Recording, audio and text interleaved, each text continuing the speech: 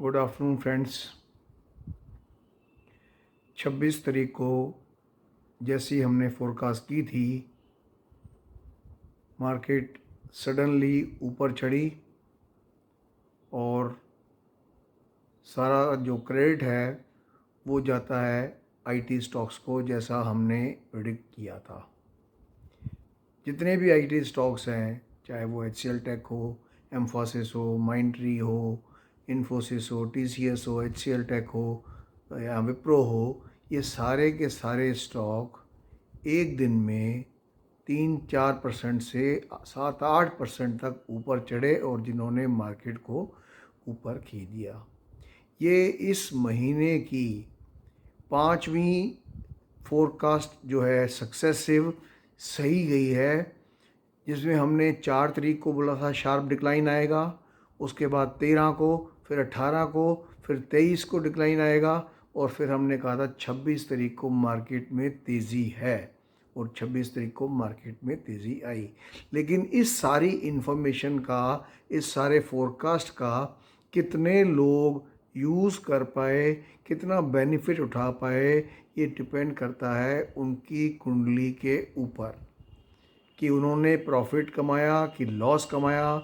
इतना सब कुछ क्लियर देने के बाद भी अगर आपने प्रॉफिट नहीं कमाया तो कुछ ना कुछ आपके हॉरोस्कोप में, आपकी कुंडली में कुछ गड़बड़ है। आप डेफिनेटली चेक कराओ।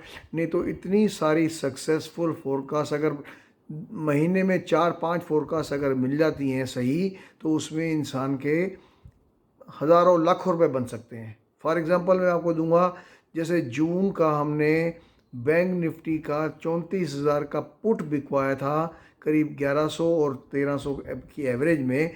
वो क्या रेट चल रहा है आज, आप अंदाज़ा लगा लो खुद ही।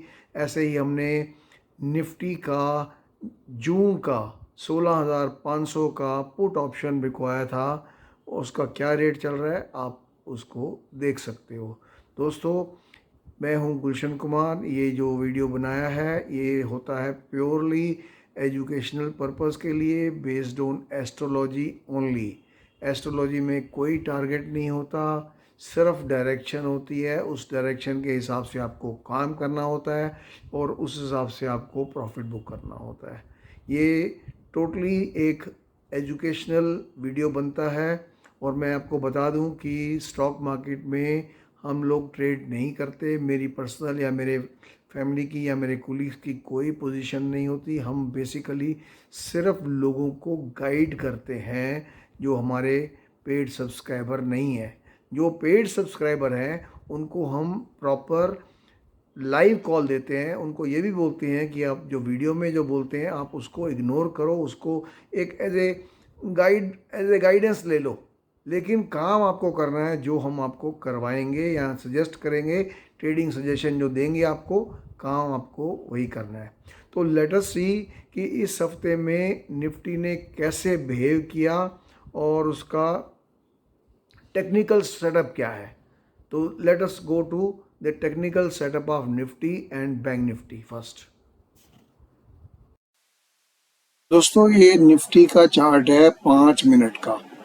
इसमें करीब 17 या 18 ट्रेडिंग सेशन से निफ्टी एक बहुत ही टाइट रेंज में चल रहा है, जिसका सपोर्ट है 15,730-35 के आसपास और जो रेजिस्टेंस है वो है 16,425। अब इस रेंज में इसने काफ़ी सारे स्विंग्स देखे हैं और काफ़ी सारे स्विंग्स हमारे को भी प्रॉफिट मिला। जैसे ये यहाँ से ऊपर चढ़ा जिस दिन, उस दिन भी हमने कैच किया, जिस दिन गिरा हो तब भी कैच किया, जब ये दोबारा चढ़ा तब भी कैच किया। करीब 1200 पॉइंट का हमने निफ्टी कैच किया था उस हफ्ते के अंदर, लास्ट वीक के अंदर।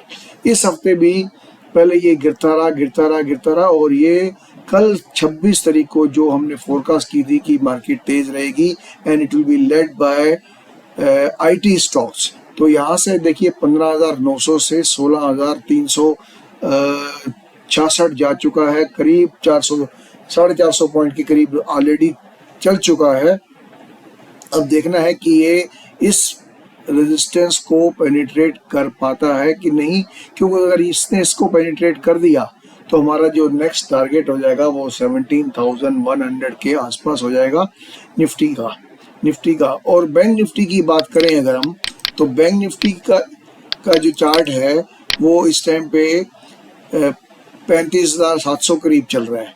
और इसने बैंक निफ्टी ने ऑलरेडी यहाँ से एक ब्रेकआउट दिया है kind of inverse head and shoulder pattern का, जिसका सपोर्ट जो था वो हेड जो था वो 33,000 पे था, और जो उसका नेकलाइन का जो था ये था 34,800 पे, मतलब 1800 पॉइंट यहाँ से ऊपर।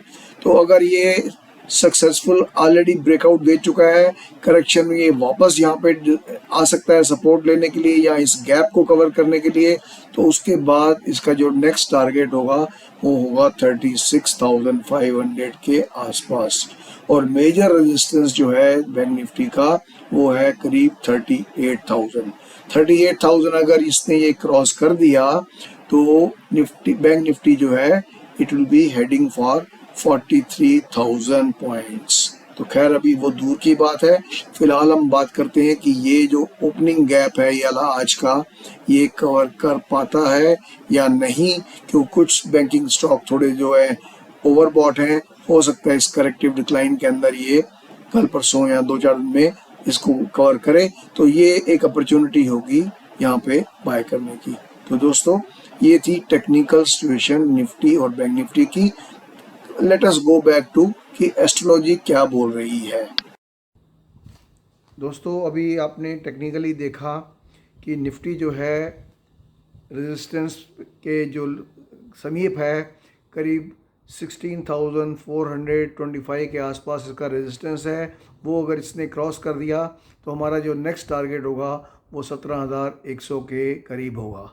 सिमिलरली बैंक निफ्टी ने already inverse head and shoulder से ब्रेकआउट दे चुका है और उसका जो नेक्स्ट टारगेट है वो 36,500 होगा। लेकिन जो इसने कल गैप अप ओपनिंग की थी उसमें हो सकता है कुछ करेक्शन के अंदर वापस चला जाए, तो वो there will be opportunity to buy only. अब बात करते हैं कि एस्ट्रो इवेंट्स क्या आ रहे हैं इस हफ्ते में। 27 तारीख मतलब आज के दिन वीनस और प्लूटो का स्क्वायर एस्पेक्ट। देन परसों 29 तारीख को मार्स और जुपिटर का कंजक्शन। 30 तारीख को जो बुध बकरी चल रहा है और अस्त भी है वो ईस्ट से उदय हो जाएगा, और 30 तारीख को ही अमावस है। 3 तारीख को मरकरी जो रेट्रोग्रेड चल रहा है वो अब डायरेक्ट हो जाएगा 3 तारीख को। और 5 तारीख को एक इम्पॉर्टेंट इवेंट जो कि सैटर्न को लेके है, सैटर्न 5 तारीख को रेट्रोग्रेड हो जाएगा। तो ये कुछ इम्पॉर्टेंट इवेंट्स हैं जो अगले हफ्ते में आ रहे हैं। और ज़्यादातर मैंने देखा है कुछ यूट्यूब पे कुछ जो एनालिस्ट हैं, एस्ट्रोलॉजर्स हैं, वो काफ़ी बुलिश नज़र आ रहे हैं अगले कुछ दिनों के लिए। परंतु मैं अपने हिसाब से थोड़ा सा कॉशियस हूँ। मैं अभी भी फुल एक ट्रेंड रिवर्सल के पक्ष में नहीं हूँ, क्योंकि बहुत सारे सेक्टर जो मैंने अप्रैल के एंड में कहा था कि जून के फर्स्ट वीक तक बहुत सारे सेक्टर ऐसे हैं जो नीचे रहने की उम्मीद है। उनमें था स्टील था, सीमेंट था और एफएमसीजी था, फाइनेंस, हाउसिंग फाइनेंस था, और देयर आर मैनी सेक्टर जो मेरे को लग रहे थे कि वो बेरिश रहेंगे जून के फर्स्ट वीक तक, और वो अभी तक मेरा स्टैंड मेंटेन्ड है।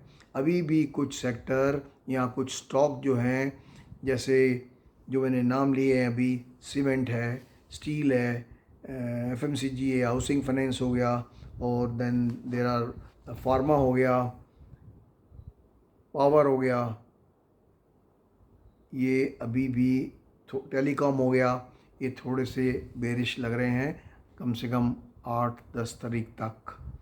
हो सकता है उसके बाद मार्केट में तेज़ी आए, लेकिन मैं फिर बोल रहा हूँ मैं बहुत ज़्यादा तेज़ी एक्सपेक्ट नहीं कर रहा हूँ। आई मे बी रॉन्ग, लेकिन ये मेरी अपनी स्टडी है, अपनी विश्लेषण है, अपना इंटरप्रिटेशन है, अपनी रिसर्च है। तो मेरे हिसाब से बहुत सारे stock except for IT sector जो है अगले कुछ दिनों में जो चल सकते हैं, उसके अलावा बहुत सारे स्टॉक्स ऐसे हैं जिनके गिरने की चांसेस हैं अप टू 8th 9th या 10th के अराउंड जून के। मैं उसमें से कुछ स्टॉक्स का नाम लूँगा आपके गाइडेंस के लिए, आपके रेफरेंस के लिए। जैसे मारुति हो गया, मदरसन सुमी हो गया, टाटा स्टील हो गया, एसबीआई हो गया, सेल हो गया, टाटा मोटर हो गया, टाटा टेलीकॉम हो गया, अदानी पोर्ट हो गया, अपोलो टायर्स हो गया, Axis bank, ICIC bank, IndusInd bank, Bharat Forge. ये कुछ ऐसे स्टॉक्स हैं जो मेरे को लॉन्ग साइड में मैं जिनके साथ कंफर्टेबल नहीं हूँ। मैं कंफर्टेबल हूँ तो आईटी सेक्टर में। आईटी सेक्टर में जैसे माइंडट्री हो गया, टीसीएस हो गया, टेक महिंद्रा हो गया, और विप्रो हो गया, एम्फोसिस हो गया। ये सब स्टॉक जो हैं मुझे थोड़े पॉजिटिव लग रहे हैं। पावर सेक्टर थोड़ा एक मिक्स ट्रेंड है। पावर सेक्टर के कुछ स्टॉक्स जो हैं नीचे जा सकते हैं और कुछ स्टॉक ऊपर जा सकते हैं। तो ये मैंने स्टॉक्स का नाम भी बता दिया आपको, क्यों मेरे को लग रहे हैं। अभी भी कंफर्टेबल नहीं हूँ मैं लॉन्ग साइड में। और 17 जून एक अलग ट्रेंड रिवर्सल डेट आएगी, उसके बाद मार्केट ऊपर जाएगी या नीचे, ये मैं बाद में बताऊंगा। लेकिन फॉर द टाइम बिंग 17 जून आप अपनी डायरी में नोट कर लीजिए कि क्या हो सकता है। इस हफ्ते हमारी पांचों फोरकास्ट सही गई हैं और आई होप कि लोगों ने इसका बेनिफिट किया होगा। और एज़ यूजुअल जैसा मेरा होता है कि कुंडली दिखाना आवश्यक है, स्टॉप लॉस लगाना आवश्यक है, पार्ट प्रॉफिट बुक करना आवश्यक है, और ओवर ट्रेडिंग नहीं करना किसी भी हालत में।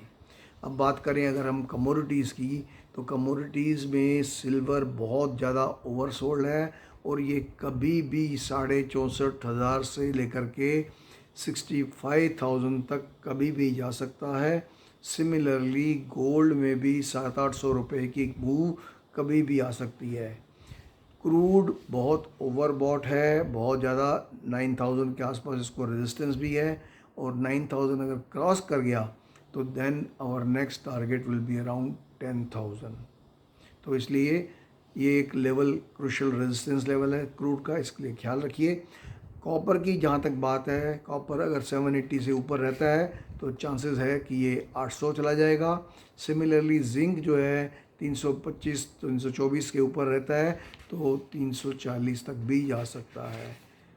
बिटकॉइन की मैं बात लास्ट वीक में भी कर चुका हूँ कि बिटकॉइन मुझे इन टोटलिटी वीक लग रहा है। आने वाले कुछ हफ्तों में या कुछ महीनों में मैं देख रहा हूँ कि बिटकॉइन 23,000 से $22,000 चला जा सकता है। एथेरियम भी उसके प्रोपोर्शनेट जाएगा, लेकिन बिटकॉइन ने जो ब्रेकडाउन दिया है जिस पैटर्न से, उसका टारगेट ही करीब 22,000 से $23,000 है। तो इसलिए जिसके पास ऑलरेडी हो वो राइज पे 36,000 37,000 पे जब भी आता है इसमें प्रॉफिट बुक करने की सोच सकता है।